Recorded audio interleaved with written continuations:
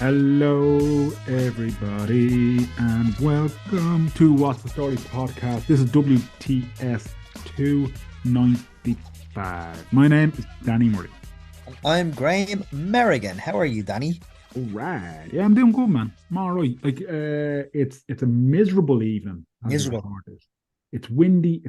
You'd swear it's like November out there. Yeah, and do you know what? I was only saying this today to a work colleague. I was working in the office today. I don't mind the rain on a summer night for some reason. Mm-hmm. I think it's different than a winter night. Yeah, no, I get you. I just find the winter rain in the evening depressing, but in the summer it's like it's because it's brightness versus dark. I think. Do you know what I mean? Yeah, but equally, definitely. I'm kind of like, I won't get out for a walk now this evening. Do you know what I mean? I won't get out with the dogs now. If it's raining, I just won't bother. Like, oh well, the dog's not run amok. No, and there's parvo virus on. It's running rampant down here. It is. No way. Yeah. How does that start? I don't know, to be honest, Graham. I don't know, but just we had our lads in the vet getting their annual vaccinations and their boosters, and just there was a little notice up, and then we were actually there was a fella who came into the waiting room while we were waiting to go in, and bless him, he had a pup only 10 weeks old, and had to unfortunately be put to sleep because it didn't have its vaccinations and all that up because it was only 10 weeks, like, so they weren't fully in, and its little immune system, and it got parvo, and yeah, so look, I wouldn't be going anywhere then. So that's it. So look, let's look at. I don't even take Suggsy off. We don't even take Suggsy off the lead because he's obsessed with fox shit. Yeah, no, we can't take our lads off the lead either because they're just maniacs. But like, yeah, just look after your pets and your animals, lads. And parvo can, if you have cats as well, parvo can. It's a different strain of it, but it can affect them. It can't jump from feline to canine or canine to feline. But if it's out and about and it's in the area, you know, don't be letting your dog sniff other dogs' poo or go near other poo. Or if you've stepped in dog shite or wheeled in dog shite, don't bring it into the gaff where the dogs are because it can transfer that way. So well said. Just look after your animals, lads. And you reminded me it's Suggsy's time to get his yearly vaccine. So thanks for that. Danny, who are we talking to this week? We are talking friend of the show, Borough legend, footballing legend, the one, the only, Stephanie Zambra.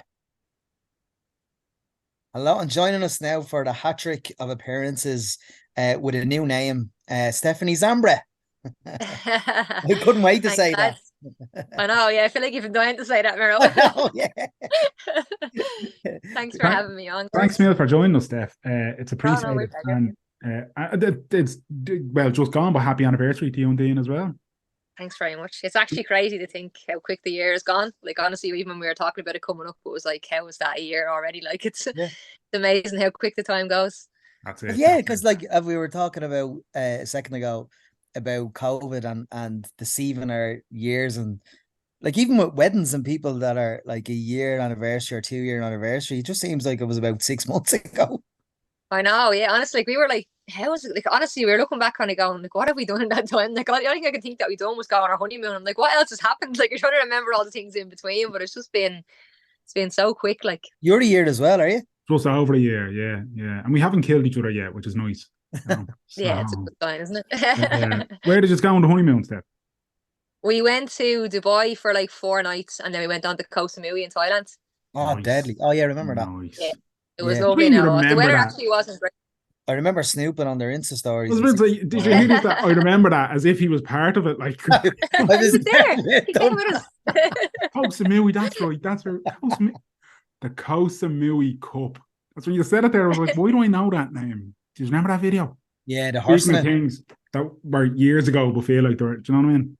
All the lads. that was the Blackrock College lads horsing it, was it? That was what it's called? Exactly. Horseplay, something like horseplay. Oh yeah, I do remember. You got me now. Total horseplay, yeah. Steph, the last time we spoke to you, you were in Italy. Now you're playing with the greatest club on the island, Shamrock Rovers. I'm thrilled that you're playing with us. How are you getting on? You had a few injuries at the start, but you're overcoming them. Yeah. I started quite well. Was delighted to kind of get in. Obviously, was doing Dancing with the Stars in the off season. Then I came back for pre-season, and it was all a bit hectic. Played the first 2 games, and unfortunately, I tore my hamstring. I had a little bit of a damage to the bottom end of my hamstring. And then I got back and it was just a little bit of a niggle again. So the physio was very cautious with it. But I'm fully back now. I started the game at the weekend and came on the week before. So I'm raring to go now and we're taking a break. So it's a bit of a nuisance. But I'll be back flying hopefully for the second half of the season. Steph, and did you have to get an operation? No, well, they were kind of, if it had happened again, they might have looked at it. It's similar to, you might know, Neil Farrugia's injury with it was on the T junction of the, right on the tendon at the end of my hamstring, basically. So it was a little bit more awkward than the usual hamstring one. So just kind of caused a little bit more kind of complications and stuff. And it was weird because I was able to do so much training. I was able to run, obviously not kind of full speed or anything, but I was able to do a lot of work in between, which was good in terms of being able to kind of feel part of the team and do a bit of training and that, but wasn't able to actually play the matches and that, which was obviously the most important thing. Like, but I was able to kind of keep myself ticking over, and yeah, thankfully now I haven't felt any more reoccurrence, so hopefully it's all good to go. It's great that you're back plying your trade in Ireland, because obviously you were abroad for a few years in France and Italy and all that kind of thing. But like, how do you feel about disappointing all the kids in the borough, seeing as though you're now playing for Rovers and you didn't sign for a proper club like Bowes? Do you know what I mean? Like, cultists the like kids Brian in the Hardigan. borough, you want to hear the reaction I got from the family? That was the hardest part. Ross and Gary barely forgive me. I nearly wasn't let back into the house. They're obviously big Shells fans, so yeah, that didn't go down too well. And then when I told them I was putting Zambra on the back of the jersey, that was even worse. So he just about back talking to me. I mean, that's the thing. Your family now, so they kind of have to forgive you. Do you know what I mean? But, yeah. Whereas actually, we were joking the other day about somebody going to play for Rangers, and he goes, "Yeah, it's almost as bad as someone going playing for Rovers, isn't it?" And I was like, "Jesus, letting it go." And I was I thought he was over it. Like, I've always said the Zambras are a great footballing family at the borough, and there you go. Look, more proof. That was Gary that said that. Yeah. We were joking. He was joking, but he still got to dig in with me, but. The absolute chancer. The last week, the World Cup squad was announced for Australia and New Zealand. Hang on. We've loads to talk. We'll get. You weren't saying nothing. Sorry. Calm down, Graham. Jesus. There's more before that, is there? If that's all right, Steph, I've loads to ask. Yeah, of course. Jesus. Graham, you see, is very eager and very excited, and he gets giddy, and he forgets that this is a chat, you know. Yeah. Sorry, Dan. It's all right, Graham. I'll forgive you. They can show me. The Women's National League seems like it's got. I feel as though it's gone up a notch or two over the last couple of years in terms of the publicity around it, the eyes that are on it, even the TV coverage and all that kind of thing. Did that play a part in you coming back, or was it just a case you were like, "No, I'm coming home," and this is, you know? I'd say it kind of did, to be fair, because I had chances to go elsewhere. Obviously, I came back from Italy when COVID's the outbreak, everything happened over there and stuff. So it kind of, I was ready to come home, to be honest. At the end of that season, I was thinking I'll come home and try, and obviously myself and Dean got married last year. We're looking to try and get a house and stuff like that. So kind of, you know, the adult things that we have to do in life are kind of starting to come on top of us a little bit. So I kind of was thinking about coming home. We had our own coaching company up and running, and I really wanted to put a bit more work into that and stuff, and really try to get ourselves kind of some foundations for after football, you know, that way. But definitely, I think the fact, like, obviously when I played in the league, there was always very good players, but as you mentioned, and I've said this a few times in the last few weeks, like, I remember there was only one paper who done the results and done like a little bit of a preview on a Monday, I think, again, just National League, and they were the only net use everybody. Wi-Fi's gone. I'm tempted to turn off the Wi-Fi, but it'll probably be worse than. Sure, Merlow's Wi-Fi, he robs the neighbour's Wi-Fi, so his is always Maybe I'd be better off robbing the neighbour's Wi-Fi. That's out. Is it back now? Am I back? I bet as soon as I start talking again, it'll go again. Yeah, it's all right now. Yeah, go on. It's all right now. Yeah, so like obviously the league has got more kind of coverage and stuff like that. I think with the likes of SSE Electricity coming on board, it's kind of the men's and the women's league is all kind of under the same umbrella now. Like there's obviously so much more eyes on the game, and I think the fact women's football in Ireland has been taken a little bit more seriously. You can see everything is improving across the board. It's not just kind of the coverage. The players almost have like a on them now before. No one really cared about playing matches, and you didn't know what the standard was going to be, or them going to be like. That there's a little bit more of an expectancy and a pressure on the players, and I think the league definitely has improved. But I think it was kind of like a mix of me kind of knowing that I had to kind of sort my life out at home as well as wanting to keep on playing. So it was good to be able to come back into obviously a semi-professional position with Rovers now as well, but to come back into a league where the football was going to be competitive, and because I think I don't think I'm ever going to lose the competitive edge. I always want to be competing and playing, but the league has definitely improved a little bit more here, so it made, I suppose, the decision a little bit easier to come home and focus on getting everything else in place while still playing football. You mentioned there, you mentioned there about the fact that like those improvements, and I think one of the last times we were talking to you, you know, and the stories being out there and all that about like the women's teams basically having to change in airport toilets and all that kind of thing, you know, the national team. Like, so when you're seeing those improvements, like, and obviously there's still more to be done. There's a lot we can do for the women's game in Ireland. But how much of those improvements do you think is down to the fact that the public now seem to be getting more and more behind women's football? Yeah, there's like, I think the whole 20 by 20 campaign for me was one of the big things as well. I think they kind of put pressure on like media outlets just to publicize women's sports a little bit more. Obviously everywhere you look now, you see a lot of female athletes being kind of put out there and people know who they are. For me, when I went to schools coaching and stuff, a lot of the kids would never have known any female footballers, you know. It would have been just the men's teams they would have known of, whereas now the guys are seeing kind of the Ireland women's team playing, whether it be the Irish football team, the rugby team, wherever it might be. So they're more familiar with kind of the players that are playing, which is huge help, you know, that way. And I think obviously the public have got behind, particularly the football team with them going to the World Cup now.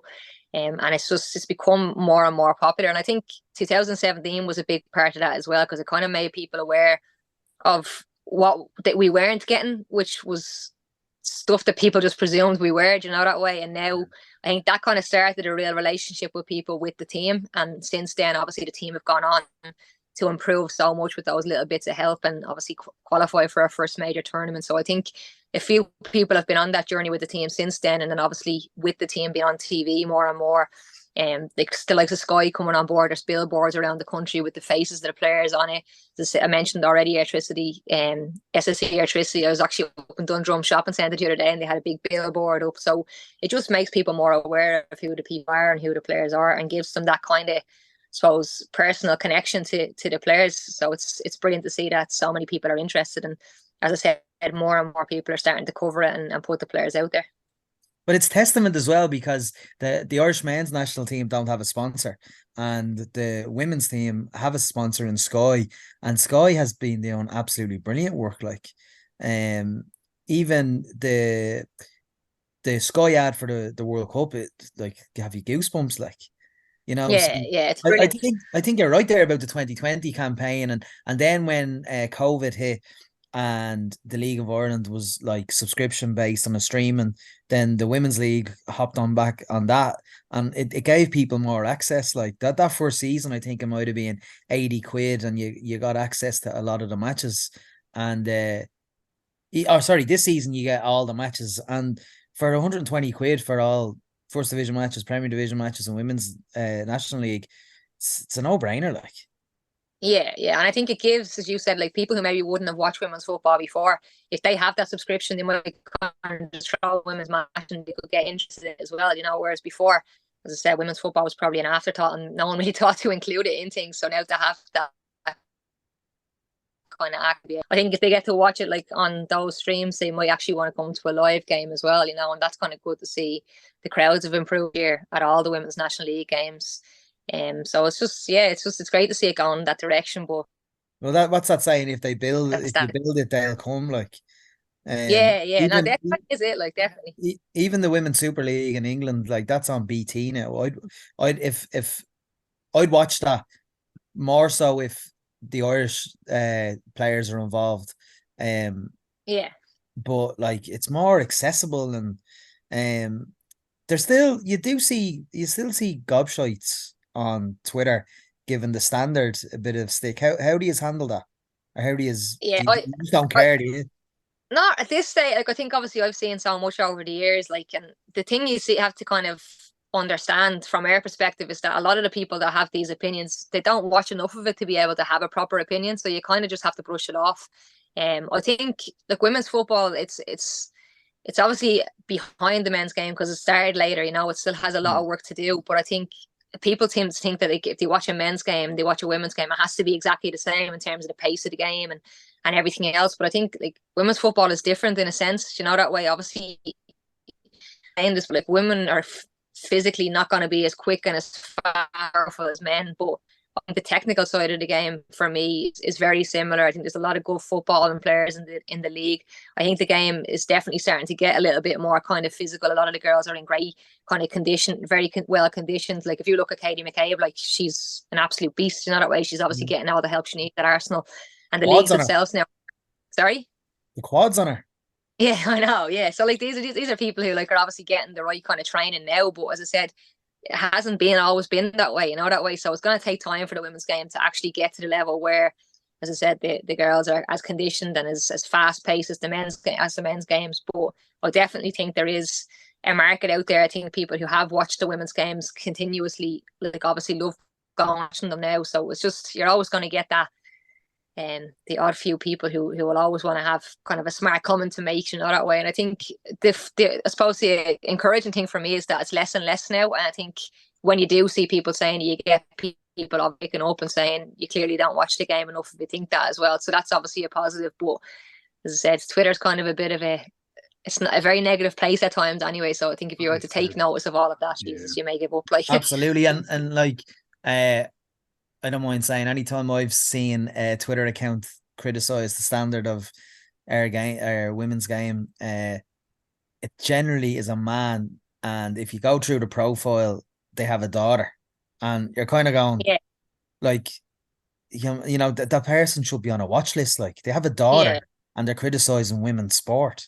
It's your daughter might want to play football. You might want to get into women's sport. Get a grip of yourself. The other one that you see as well, actually, and it's one that I always just I cringe because it's they don't realise it, is the bloke who he's championing it, but he's championing it saying the whole thing that's oh, until I had a daughter, I never realised. And it's almost what the come on, man, what I mean? But some of that stuff as well, and the friend of the show, Philip O'Connor, who is he's been champion in women's football for a long time now as well.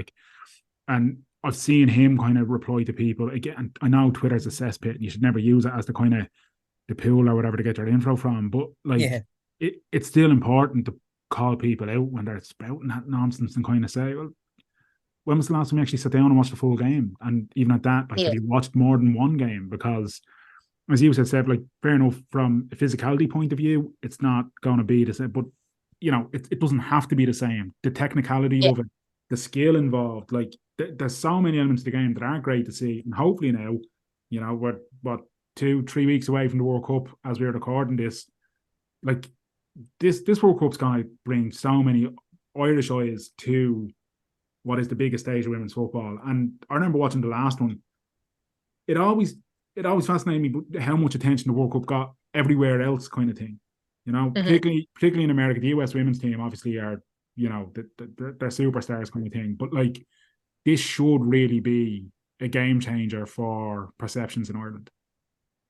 Yeah, definitely. And I think even if you just look back to the Euros previously there, not too long ago, England obviously won it, but to see the crowds going to the games, and even I know after England won the Euros, there was money put into schools in England in terms of the young girls being able to have the same access to sports as boys. And I think more parents then started to relate, because I think sometimes there can be parents who think, oh, maybe football's not for girls, that way. And some people do think that way for some reason.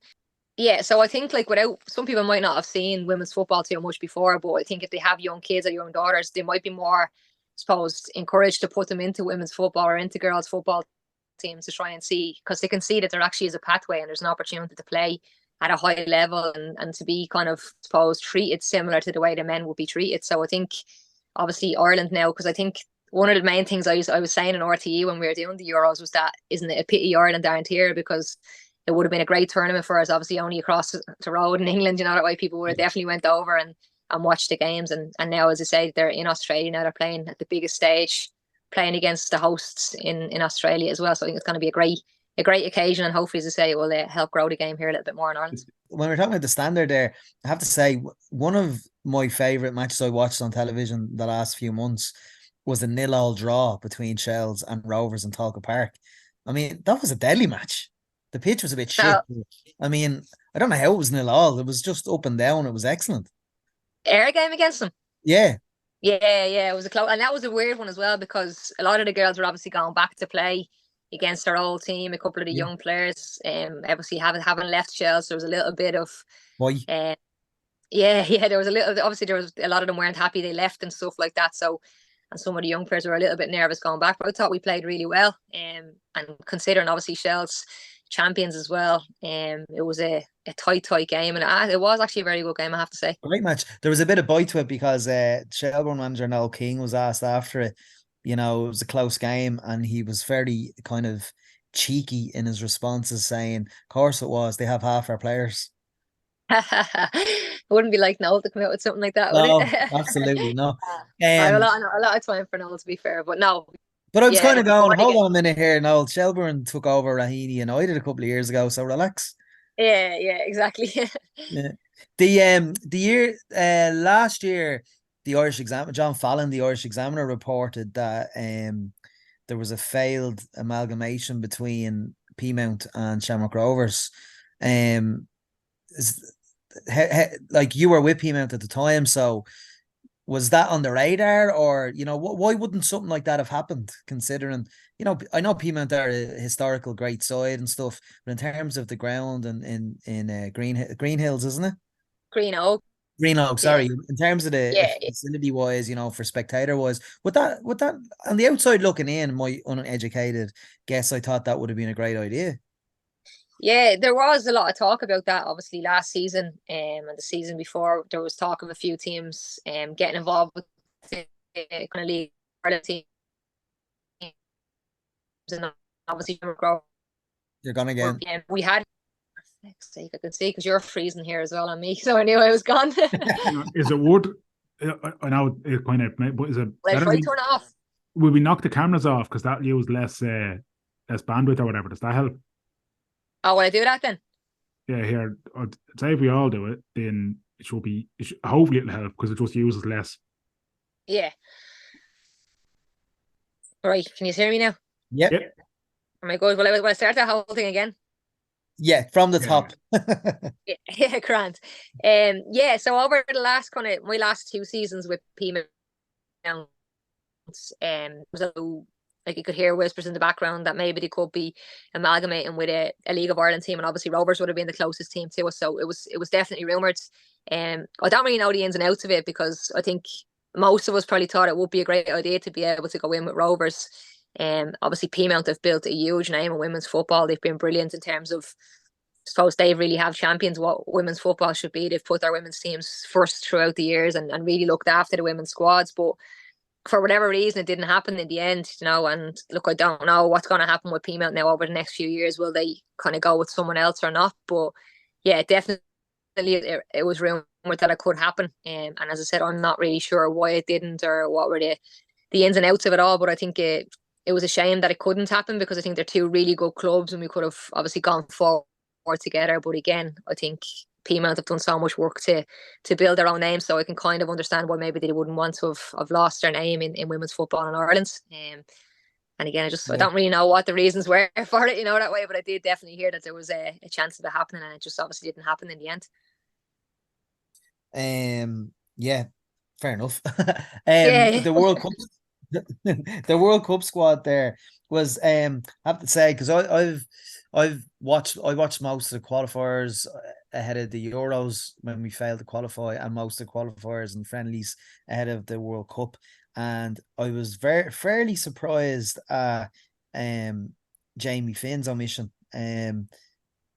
Other than that, obviously there was injuries to Megan Campbell and Aoife Mannion, but was it as you expected, the squad announcement? Yeah, I think Jamie was definitely a big one for me because Jamie obviously had been part of the squad. I think the only game she missed was the Georgia game, and that was because she was on a yellow card, as far as I remember, and she didn't want to risk her getting a second one and missing games. But yeah, she was probably the biggest one for me that I kind of thought, geez, I didn't expect that. Obviously, I kind of wasn't sure if Aoife Mannion was going to make it back, and Megan Campbell obviously just getting back to fitness. Another one I think was Leanne Kiernan. I don't Definitely. think Leanne kind of hasn't really been. Obviously, she's only back from injury, but she hadn't really been in favour with Fira anyway. So I'm not saying it was a shock to me that she wasn't picked, because she hasn't really featured in a lot of our games and stuff. But for me, like, Leanne is a top player. Like, I just thought she probably would go to be a different option, you know, off the bench even. So she was probably the other one that I thought might have got a look in. But yeah, I think other than Jamie, really, it probably would have been similar to what I would have picked myself, if I'm honest. And you know, the omission obviously of Jamie and Leanne, because I had heard a pundit saying last week they reckoned, I can't remember who it was. I'm not going to shout out a name because I just can't remember who it was. I think it might have been on Second Captains, but they were basically saying the squad omissions, although they were surprised, it could be with the fixtures in mind and the tactics in mind that those specific players don't suit the opposition, like Australia, like Canada, like Nigeria. I don't know, like what did you make of that? Yeah, no, see, for me, like, I think Jamie's quite versatile. I remember we were on RT for the Zambia game. We went over a few of these, like in terms of will certain players be kept because they are versatile and they can play in a few different positions and cover different positions. And for me, Jamie could probably play either wing back. She can play centre midfield. Like, I suppose at a push, she could probably play right at a three, in a back three as well. So, like, for me, Jamie still is a shock if you're using that kind of, if you're looking at it from that point of view. I think she still is a player who could do a bit of everything. Now, obviously, I didn't envy Vera having to pick the squad, because it was a difficult one to pick, you know, and no one obviously wants to miss out. It's been something that we've been pushing for so many years. So for anyone to get to that stage and then lose out, like, it's not easy to have to do. But yeah, I would say, as I said, I kind of wouldn't look at it from that point of view, because I think Jamie could have fit in and would have fit kind of tactically in most of the games. Like, I think we're probably going to sit back and defend against the likes of Australia and Canada in the group. We probably have a go at Nigeria. Now, I think when you look back to the USA game, I don't know if you've watched that, like, they actually did have a bit of a go, which is great to see. So I'd say it will be kind of similar setup to the way we played against the USA, in terms of sitting in and then waiting for our moments to go. So I don't see why Jamie wouldn't have fit into that, you know. But obviously other players that she has picked, she feels will be able to do what she's needing them to do in the World Cup. But and it's funny, it wasn't an easy decision. Don't envy her having to pick the squad. But it's funny you say that, isn't it, though? Because that is, I think that's testament in how the strength of depth that's in the pool of players, including the home base players, because you've been involved in a lot of the home base training camps, haven't you? Yeah, I was. Before I got the injury, I would have been in Abbottstown pretty much every week. Really, that's even a brilliant kind of, to include the home base players is excellent, isn't it? Yeah, for me, it's just as long as they're getting an opportunity to play, you know, that way. There's no point in having home base sessions every week and not really looking at any of the players, you know, that way. And I think I've gone to home base sessions for the last probably 3 years since Vera came in, and before that, Colin was obviously in charge and he'd done them too. And I've seen so many players not go, you know, they've kind of been like, oh, I'm not going, what's the point, type of thing, you know, that way. And like, obviously that's a bad attitude to have from their point of view, but I think there needs to be a pathway in terms of, if you do go to home base every week, are you actually being looked at, you know, that way. So I think a few players, as I mentioned, have just stopped going to them. Obviously the likes of Abby and Anya are getting picked, and that's brilliant to see. I think Tara and Erin, who obviously were in the Zambia squads, Tara obviously doing her leaving cert, was in the stands for that game, but they're two smashing players in the league too, so you'd like to imagine they have a bit of a future ahead of them. But as I said, if you're doing home-based sessions, it's great because the tempo in the sessions is really good. Obviously, it's the best of the best around Ireland, but I think there has to be a bit of a pathway for the players to get through as well. So hopefully we'll see more and more kind of home-based players included and actually getting minutes in the games. There's a couple of sort of free agents within the squad as well now, isn't there? Like, so how important will the tournament be for them, or do you think it's more just a case of it'll get sorted out for them, but just in time kind of thing? Yeah, I was only actually thinking about that yesterday. I seen Claire O'Riordan put a post up that she's finished with Celtic. I thought she was still going to be there. So it's interesting because there's quite a few, as you mentioned, kind of going into the World Cup without a team. Yeah. I would imagine certain players, like I think the likes of Megan, Conley and stuff, I think she'll probably have something organised. I think she won't be short on kind of suitors because she's done really well in the WSL. And there'll be players probably who have their options, kind of a few things going for them. But definitely, like, there might be a few players who are looking to go over to Australia now and impress and try and, like, you see it so many times in the men's game, you know, where players have a good tournament and it's the start of a great kind of career with big teams for them. So I definitely think a lot of the players going over will be looking to, as I say, do well and put themselves in the shop window, as you say. That's it. It's just going back to the selection itself, Dane. Like, it's an experienced squad. Like, I think it's one, and you know that's great. But it's could there have been any sort of other risks? I think, like, it's your Shamrock Rovers colleague. I can't remember her name now. I think she's only like 18. Yeah, she's only like 18 or 19, isn't she? Yeah. But like, I think Abby's been in every squad, so it was funny, we were having that chat on live on air the other day, and we were kind of questioning whether she'd be going, and I was like, nah, she'll definitely be going. And it was just because, and obviously we're talking about Jamie Finn being involved in every squad, but Abby has been in every squad, and I think, like, Abby has something special. You know, she's one of those players that, like, I think, you know, she's going to be a big player for Ireland in the future, so I think it's important to kind of keep her involved. You know, I think she's, for me, a player that I think could come on in the tournament and do something. You know, she could be someone that might change something or give them a different kind of outlet, I suppose, in terms of, like, she's a pacey, powerful player. Obviously still very young, still a lot to learn, but I think she's a very good player and deserves to be there. So hopefully, as I said, from a Rovers point of view, I hope she gets a bit of game time. But even if she doesn't, I think it's going to be a great learning curve for her to be able to go to a World Cup with the squad. Like, who was your, if you can narrow it down to just the one, but who was your one to watch in this tournament, Steph? In terms of, like, ones that we haven't seen before, kind of, or that haven't really shone, like. Sorry, in the Ireland squad, who's the player do you think that's kind of like this is the one to watch? Like, obviously I think Katie and Denise are a huge part of our squad. I think they're the two that make the team tick. You know, they're the ones, the difference makers. I think they can make something happen out of nothing, you know, that way. Obviously, I think with the way we play, Louise Quinn is a huge part of the squad because she's obviously defensively quite solid, but she's also very, very good for set pieces going forward.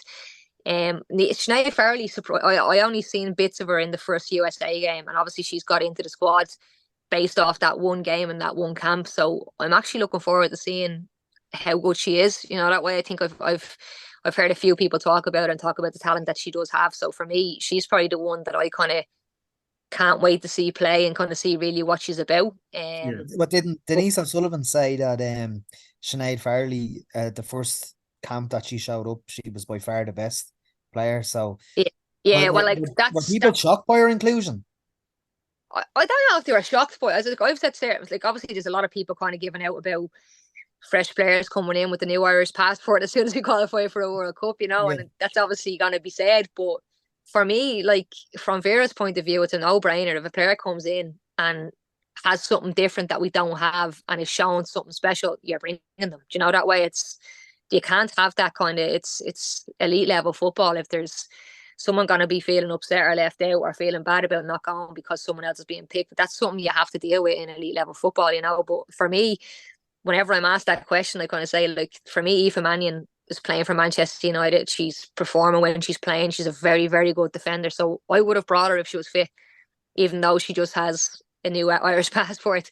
And the same thing with Sinead Farrelly. I think she's come in and performed well.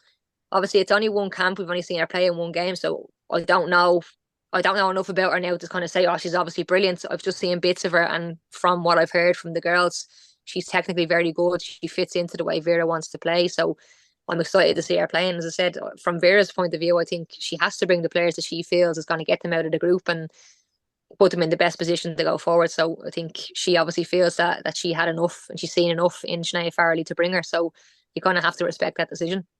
It is a tough group. So when you say kind of the best chance of getting out of the group, what do you think are the chances and the hopes for the girls? I think, look, we're a hard team to beat. You know, we're not ever going to be a team that are going to roll over and die, you know, that way. So hopefully I don't jinx them now. You don't get hammered in the first game, but Jesus Christ.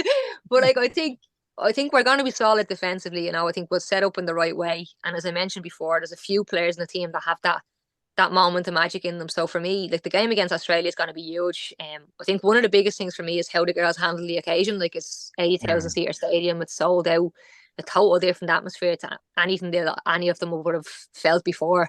Maybe apart from the likes of Denise and Katie, who would have played in big crowds. For Arsenal in the Emirates, and Denise obviously in the US would have played in big games too. Like a few of the girls would have played in big stadiums and stuff, but like 80,000 seater stadium in a World Cup opening game, like it's a huge occasion, you know, that way. So I think a big part of getting out of the group is going to be how they kind of handle that moment. I think if they do well in that game and hopefully scrape a draw or maybe get a win, or even if they lose narrowly, I think that will give them a good boost of confidence to go into the next 2 games and really try to get something out of them, because Canada are going to be brilliant as well. They're a very good team. Yeah.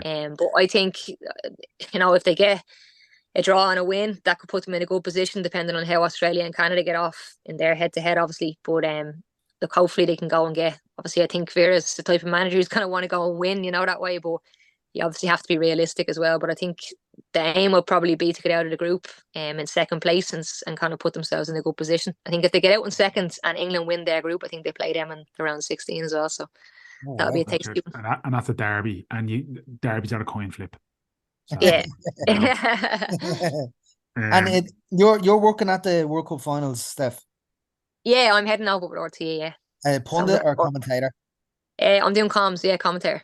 Love it, because I tell you what, when I was watching the playoff in Scotland, and when Amber Barrett scored, and all you hear was Stephanie Zambra letting a little half cry, half jubilant scream.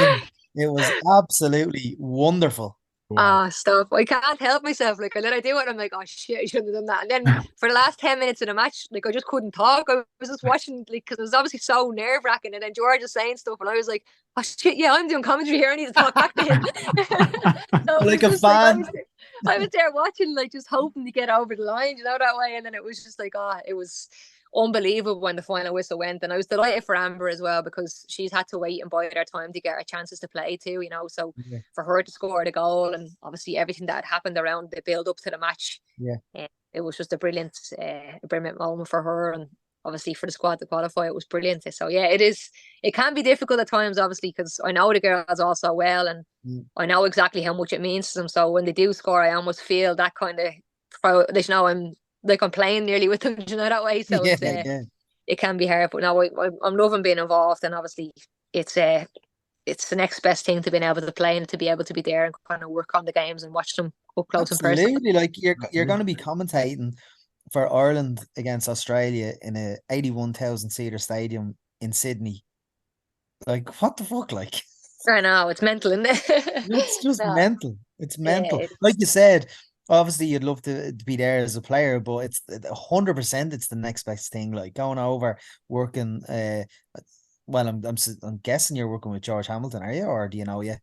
Yeah, I think so. It's weird because I haven't obviously had everything confirmed yet. But myself and George, it's gas. Like the first time I met George, like we had a conversation. I'm just sitting there looking at him, listening to all his stories. Like it's amazing the amount of stuff he's done in his career. Like he's unbelievable. Like, and honestly, I just have so much respect for him. So to be able to be sitting beside him and working with him is just unbelievable, you know, that way. So it's still it is kind of that pinch yourself moment to think that you're actually talking on a match with probably one of the best voices of Irish sports, you know, that way. So like, most iconic voices. Yeah. So it is mental to be thinking that, like, but yeah, hopefully now I'll be doing a couple of games with George throughout the World Cup, and it'll be hopefully a memorable one, because we want Ireland to do well. Obviously, it's been great to get there. I think it's a success to even get there, but obviously to get over there now and do well would be even better. The games are on quite accessible. Like they're on 11. Like Australia against Ireland is July 20th at 11 o'clock Irish time. Canada Ireland is on 26th of July, 1 o'clock Irish time, and Ireland Nigeria is the 31st of July at 11 o'clock Irish time. Yeah. So it's Thursday, Wednesday, Monday at those times. Yeah. It's perfect. Yeah. Like.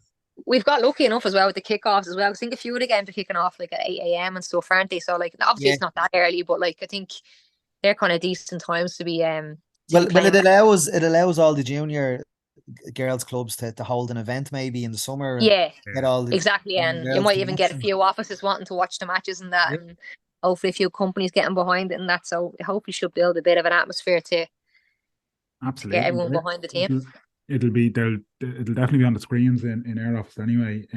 But it's one of them where I think these kind of things, any kind of tournament type vibe in Ireland, people get behind it very quickly. Yeah. And it's great then, because especially if you get a good result, the atmosphere and the party atmosphere, and then people want to actively see it. And if they go in somewhere and it's not on, it's almost like they're shocked and appalled. So then that forces that place then to go, all right, we'll stick it on, relax, we'll stick, and yeah, it just brings more eyes to it. It's great. Like, so yeah, I know I'll be scheduling me breaks anyway around the 11 a.m.s because like that, it's, fingers crossed we don't have to wait that long, but we waited long enough to get to a World Cup. So no way we're missing it. Like, Yeah, exactly. Yeah, no, definitely. No, it's great, and in fairness, most people I've talked to, even kind of those people who are involved in football, maybe don't know a lot about the women's game. Like, they're all talking about it, so they know what's coming up, and I think a lot of people are going to be watching it. And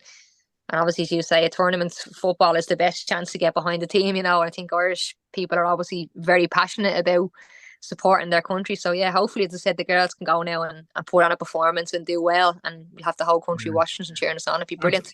Like, even if it is on the other side of the world and all that, I mean, the amount of Irish people in Australia, at times it's probably going to feel like a little bit of a home tournament, because like, I've no doubt about it, the Irish over there will 100% embrace this team and try to make it feel as much like home as possible, Yeah, definitely. I can't explain to you how many people have messaged me from Australia asking if I got tickets. I'm like, I'm sorry, I can't get them. Like, we actually struggle because Dean's coming over now, and he's obviously looking to get tickets to the game, and we just about got them. I think the Nigeria game was the only one that we didn't have too much trouble getting tickets for. So it's great to see that. And it's actually funny because one of the girls was telling me, I think there's a documentary with the Australian team I heard on about Amazon or Disney Plus on one of them, and apparently the manager said, like, at least we know in all the games we're going to have the most support. And we were just laughing, kind of going, well, they're playing against Ireland in the first game in Sydney. Like, there's a lot of Irish people over there, so it'll be interesting now to see.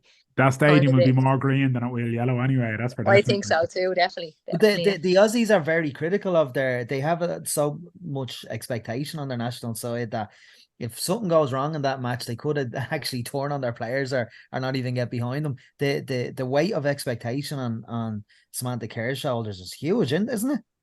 Yeah, and there has been times in the past where there's obviously been things haven't gone well, and there's been a lot of fallout and stuff like that. So there is an expectancy, and it's similar to what I was saying earlier in terms of how Ireland handled the occasion and how kind of that first game goes. And it's the same for Australia. If Ireland get at them, or if there's a mistake in the first few minutes, that's a chance for Ireland to really kind of put the pressure on, because all the expectancy is on them. They're expected to go and beat Ireland. There's not really anyone thinking Ireland have a chance to go and beat Australia in their own turf, kind of in the first game of the World Cup. So I think all the pressure is on them, and I think Ireland should be able to go into the game kind of without that pressure and just try and feed off it if the crowd are getting kind of on the backs of the Australian players, that way. So hopefully, as I say, it goes in Ireland's favour, and they're able to kind of capitalise on it, because like, definitely I've seen Sam Kerr have a little bit of stick in the past whenever there was maybe a game where she hasn't performed to the level that we're used to seeing her or whatever. Like, she's always the one that's criticised, and the team are expected to go. I think the country kind of see them as one of the favourites to go and win it, obviously there's a lot of good teams in the tournament, but there will be pressure on them to do well within the group games anyway.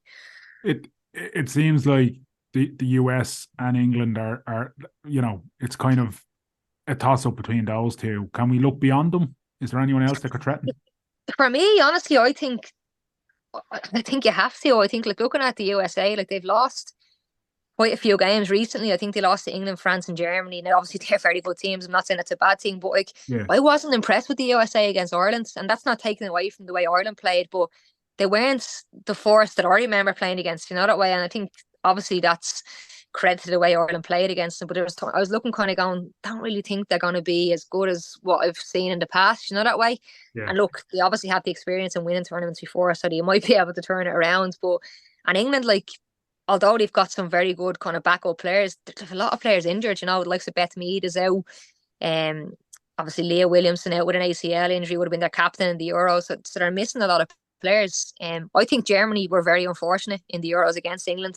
So I think they're probably the team that I think will be decent. And I think every time there's a tournament on the women's game, I'd say France, because I just think that they're so exciting to watch. I'll see them on Thursday. Like, they have so many good players, and obviously they kind of had a huge the fallout with the manager, and Javier Renard, who was with the Saudi Arabia team who beat Argentina in the World Cup. Yeah, he's their manager now, so he'll be looking in to come, and he won't want to be coming in to not win, that way. So I think they're going to be a team to watch. But yeah, I think everywhere I've looked, it's USA and England that has to be them. And look, you can't write them off, but at the same time, I think there's other teams around who will definitely be looking to push. So you're predicting France. We can put that down in writing. I don't know if I said France or Germany. I haven't decided. I think Spain are good as well, but obviously I think there's loads of stuff going on. Spain had a big fallout with their manager as well. A few players have said they're not going to the World Cup because there was a fallout with the manager, and the association sided with the manager. So be interesting to see how they do, because they're obviously a very good squad, but we're missing a few of their players. So like I think Germany for me, then France, then Spain. So can I name that many teams? Yes, you can. I mean, you have. So, Second George. I hope it works out for me now. Deadly. Well, Steph, look, thanks so much for your time as always. Hat-trick hero of the show, and enjoy Australia, and I hope the second part of the season with Rovers is better than your first half injury wise. Yeah. And best of luck with everything. Thanks very much, lads. Thanks for having me on. Thank you, Steph. Really thanks so much, Steph. See you soon. No worries, guys. Thanks a lot. All right. Great chat with Stephanie Roche, Zambra. Always grateful for her time, and I'm looking forward to hearing her commentary and her coverage and keeping track of what's going on in Australia, because look, I mean, when's the next time we're going to get to a tournament? We don't know, so we got to embrace these things and enjoy them, you know. Absolutely. I'm really looking forward to the World Cup. I'm really looking forward to the time of the matches, 11-1 and 11, which is great. Because it's during working hours, and we enjoyed the men's World Cup during working hours, and I'm going to enjoy the women's World Cup during working hours. And I just hope we do well. I think, as Steph was alluding to, she didn't envy Vera Pauw's task of picking a squad with those players because of the strength and depth. So hopefully that is to our benefit when we get there. Very true, very true. Look, I think either way, it's one of them where, you're damned if you do, damned if you don't. I think any manager, and we didn't get into the whole Vera Pauw thing, and we won't get into the Vera Pauw thing, because to be honest with you, I don't know anywhere near enough about the subject to even try broach it, right? But what I'd say about any manager in a tournament selection for their squad process, you're either a hero or a zero, because if you get knocked out, you didn't get it right. But if you get through, you did get it. Like, do you know what I mean? There's no middle ground. It's either all or nothing in terms of how that will work. So I agree with you, yeah. And just for a second on the Vera Pauw thing, obviously we're not educated enough to go into fine detail regarding it. But it is worth reading the fantastic journalism from The Athletic. Their article is fairly good, and a good intensive look on the background of the whole saga, so to speak. And it remains to be seen if Vera Pauw will be in charge after the World Cup success or not. It'll be interesting. But you were saying there in regards, it's an enviable task. Like, I was doing a lot of coaching the Bulls last season, and I only had to start 5 players, potentially out of 7. Yeah, and it's hard. Like, you're looking at a player, and you're kind of going, you almost feel justified to say, look, I'll try and get you on at some stage. And don't worry. But like, you're not starting. I'm not starting myself sometimes because of it. You know that way. Graham, my days coaching the Benfica team in the 2003 Ballybrack Mini World Cup were some of the most stressful days of my life. Love it. Because you'd young lads there who are absolutely terrible at football, God bless them. Absolutely horrific. In fact, I don't think they knew they were playing football, they were that bad, but their parents had enrolled them for something to do during the summer. And you feel obliged to give them game time. Yeah. But equally, I'm a winner, Graham, and I want to win things. And Benfica Mini World Cup team were going places until I brought on these lads who, and don't name them, Danny. Don't name them. I won't name, Graham. I won't rock their confidence all these years later. It wouldn't be fair to them. But I think what I learned from that lesson was when you are an elite coach, when you are at the highest point of your coaching career, is when you can't afford to be human. You have to be ruthless and you have to go for the jugular and go for the win. And there's no niceties. You can't have friends. You pick your best players. You go out there to win, even if it is a 6-a-side mini World Cup tournament, Graham. Even if it's a friendly. No such thing as friendlies. No, exactly. But yeah, no, I don't envy anybody, and I get what you're saying with the Bulls as well. When is the Bulls season back? Is there dates yet for the fixtures? No, probably October, I'd say. So a few months away yet. Grand. We can hold off the AGM then for another couple of weeks. Yeah.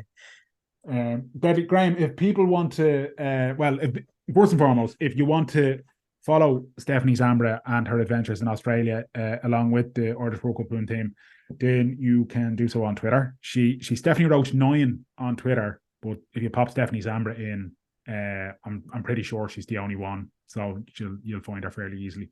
But if people want to listen to previous episodes of this audio installation program, Graham, where and how can they do so? They can go to WTSpod.com, or they can pick any podcast provider and simply search WTS Pod. Podbean, Podcast Republic, Apple Podcasts, Stitcher, Spotify, everywhere you get a podcast, just type in, search WTS Pod. He's at Danjo Murray on Instagram. I'm at Merrigan Mania on Instagram, and that other cesspit of a site at the moment. But until next time, clear eyes, full hearts. Can't lose. Come on, Ireland.